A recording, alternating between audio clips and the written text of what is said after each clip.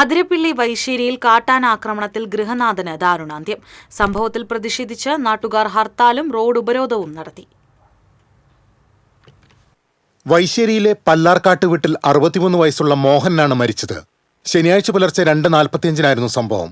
സഹോദരൻ സന്തോഷിന്റെ വീട്ടുപറമ്പിൽ ആന കാർഷിക വിളകൾ നശിപ്പിക്കുന്നതറിഞ്ഞെത്തിയതാണ് മോഹനൻ. ഒപ്പം മറ്റൊരു സഹോദരൻ രതീഷും അയൽവാസി സ്റ്റെഫിയും ഉണ്ടായിരുന്നു. കനത്ത ഇരുട്ടായതിനാൽ ആന നിൽക്കുന്ന സ്ഥലം വ്യക്തമല്ലായിരുന്നു. സന്തോഷിന്റെ വീടിന് മുന്നിലുള്ള റോഡിൽ വെച്ച് കയ്യിൽ കരുതിയിരുന്ന പന്തം കത്തിച്ചു നോക്കിയപ്പോഴാണ് 20 മീറ്റർ അകലെ നിൽക്കുന്ന ആനയെ മോഹനൻ കണ്ടത്. 3 പേരും കൂടി തിരിഞ്ഞോടുന്നതിനിടെ മോഹനൻ താഴെ വീണു. ഓടിയെത്തിയ ആന ഇയാളെ തുമ്പിക്കൈക്ക് തട്ടിത്തെറിപ്പിച്ചു. വീണ്ടും അടുത്തെത്തി നെഞ്ചിൽ ചവിട്ടുകയും ചെയ്തു.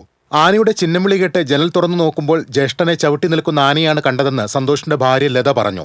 ഭയങ്കര ഒരു അലർച്ച പോലെ കേട്ടപ്പോഴാണ് അനിയന്റെ കരച്ചിലും കേട്ടു. അപ്പോഴാണ് ഞാൻ പെട്ടെന്ന് ജനലക്കോടെ പുറത്തേക്ക് നോക്കിയത്. അപ്പം നമ്മൾ നല്ല ഉറക്കത്തിലായിരുന്നു. നോക്കിയപ്പോൾ ചേട്ട അവിടെ കിടക്കണത് കണ്ടേ. വാതിൽ തുറന്ന് ഓടി വന്നപ്പോൾ കിടക്കണ് എനങ്ങിയില്ല. അപ്പം തന്നെ അനിയനും ഉണ്ടായിരുന്നു. ഈ അയൽവക്കത്ത് ഒരു കൊച്ചുണ്ടായിരുന്നു. അപ്പം തന്നെ വണ്ടി വിളിച്ച് കൊണ്ടുപോയി. അപ്പോൾ നമ്മൾ വിചാരിച്ചാൽ ബോധം കെട്ടണം അങ്ങനെ ഞാൻ വിചാരിച്ചതായിരുന്നു. പക്ഷെ ആന തുമ്പിക്കൈക്ക് തട്ടിയിട്ടിട്ട് ഇങ്ങനെ തട്ടി കൊണ്ടുവന്നു പറഞ്ഞു.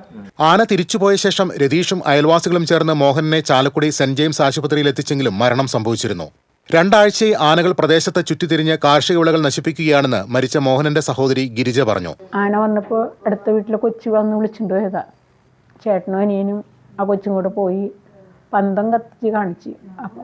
അവൾക്ക് ഓടി ആന വന്ന് തട്ടിയിട്ടുകൊണ്ടുവന്ന് ചവിട്ടിക്കൊണ്ടു. ശല്യമുണ്ട്. 4 ദിവസമായിട്ട് പറമ്പിലുള്ളതെല്ലാം നശിച്ച്. സംഭവത്തിൽ പ്രതിഷേധിച്ച് വിവിധ രാഷ്ട്രീയ പാർട്ടി പ്രവർത്തകരും നാട്ടുകാരും ചേർന്ന് അരൂർമുഴിയിൽ റോഡ് ഉപരോധിച്ചു. ഇതോടനുബന്ധിച്ച് നടന്ന യോഗത്തിൽ Saneesh Kumar Joseph MLA, Athirappilly panchayat president KS Satheesh Kumar, Chalakudy block panchayat president Jancy Paulose തുടങ്ങിയവർ സംസാരിച്ചു. പിന്നീട് വനമന്ത്രി ഷിബു ബേബി ജോണുമായി MLA ഫോണിൽ ആശയവിനിമയം നടത്തി. വനമന്ത്രി പരിഹാര നടപടികൾ ഉറപ്പു നൽകിയതിനെ തുടർന്ന് റോഡ് ഉപരോധം അവസാനിപ്പിച്ചു. തിങ്കളാഴ്ച വനമന്ത്രിയുടെ അധ്യക്ഷതയിൽ ചാലക്കുടിയിൽ ഉന്നതതല യോഗം ചേരാൻ തീരുമാനമായിട്ടുണ്ട്. TCV news, Chalakudy.